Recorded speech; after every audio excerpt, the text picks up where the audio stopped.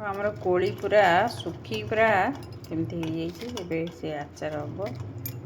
ये गरम पानी पकईदे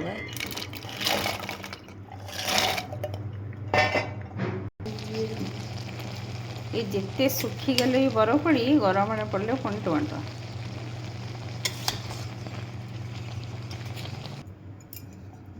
टे पानी देके आम गुड़ पकईवा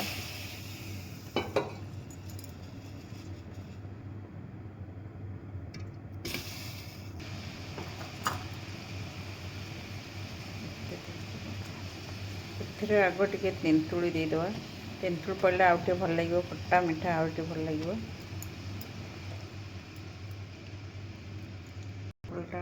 छणा हो जाता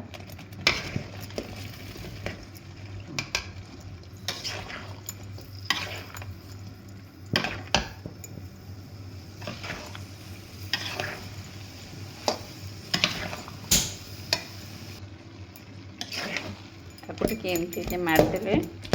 कोली फाटीगला आ बढ़िया लगे ता रसटा बाहरी गले टिके जुसी हम बढ़िया बहुत टेस्ट केवल जीरा लंका गुंड पकई मुझे सोरिष तेल देवी कारण ओसारे भी खाई हम एवं तो सीजन अच्छी आपण भी थे घरे एमती ट्राए कर